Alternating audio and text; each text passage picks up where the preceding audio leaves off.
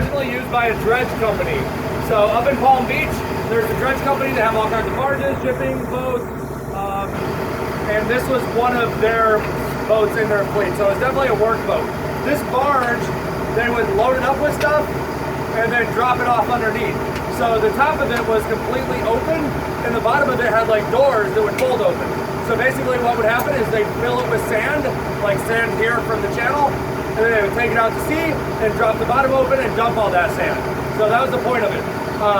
The company that owned this ship at one point up in Palm Beach had a little bit of an accident and did a ton of damage to the reef system up there. So they were fined pretty heavily, and instead of paying that fine fully in money, they donated this boat as part of the artificial reef program to help offset some of that cost. So what they did is they took the top of it and the inside of it, and they filled it full of culverts and pipes and all kinds of stuff that they thought would be beautiful for fish. They brought it out here and they sunk it.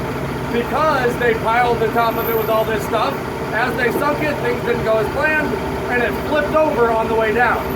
It actually worked out really well. So instead of being like an open top full of junk and flipped upside down, and now those little doors that used to open are the top part of it. So basically what you're seeing down there, it's not a traditional ship like this one with a pointy end and a flat end. It's more of like a, what do you call that shape? A rectangle. A rectangle.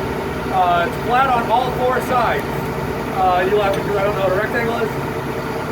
So, yeah, it's early, man. And you don't get a job like this going through 8 years of schooling, so don't worry. Keep on track.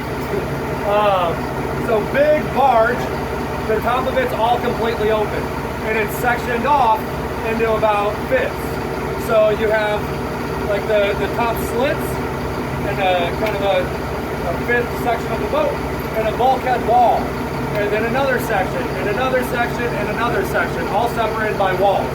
The really cool thing about this wreck is it's really good, easy penetration because you can go underneath all those walls. Some of them have big pipes that you can kind of swim through from one section to the other, but every section has those slits over the top, so there's always an overhead escape. You're never fully penetrating this wreck. So it's a really cool wreck to be able to kind of get into and work on going under bulkheads, and work on your buoyancy and your wreck penetration, that kind of stuff, without getting yourself into a dark, deep, scary hole. Also on the east side of this wreck is where all of those culverts and pipes and everything landed when it flipped. So the east side has a ton of big pipes, culverts, and a lot of the pre-flight likes to hang out there. The rest of the sides, all sand.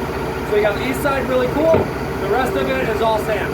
It's worth taking a lap around the sand there because of all the stingray, Goliath grouper, a couple of the big things like to hang out over the sand.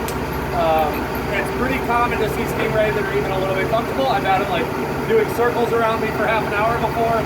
The big Goliath grouper, there's another wreck nearby, so it kind of hops from one to the other. So you keep your eyes peeled for that big grouper as well. Up in the culverts, you're gonna have more of the small stuff. You're gonna have like the eels and all the reef fish and the tropicals that you're used to seeing out on the reefs and on our artificial reef system. The way we're gonna do this dive, once we get out there, Colin's gonna slow the boat down when he's right over the wreck. When you hear the boat slow down, that's a good time to start getting ready. Me and Sarah are already gonna be on the back of the boat with all of our gear on. When we get right over the wreck, we're gonna jump in, swim down as fast as we can, and tie a line to the wreck, all right? She's setting up the line now, so it'll be a big long line, and what you'll see is this big orange ball floating on top of the water. Once we get attached to that wreck, we'll come back up, and we'll attach the boat to this ball. So what you guys are gonna ultimately see is off one of the two back corners, there will be a line disappearing down into the water. If you guys stay on that line, you'll never be lost. Either the bottom of it is the wreck, or the top of it is our boat, hopefully, right? So once we get back up and everything's tied in, we'll tell you guys about conditions, visibility, current, all that good stuff, and then it'll be time for you guys to get in the water. So everything ready to go in your seats, mask fins, BCDs, everything ready to go before you stand up. So you're gonna wanna do your buddy checks right there in your seats. BCD, regulator, releases, air, final okay. What is it, Jimmy? BCD, brakes, releases, air, final okay. Do all that good stuff in your seat, everybody. What up? And then once you guys are ready to go, stand up, we'll help you to the back of the boat. Everybody's gonna jump off the same side of the boat.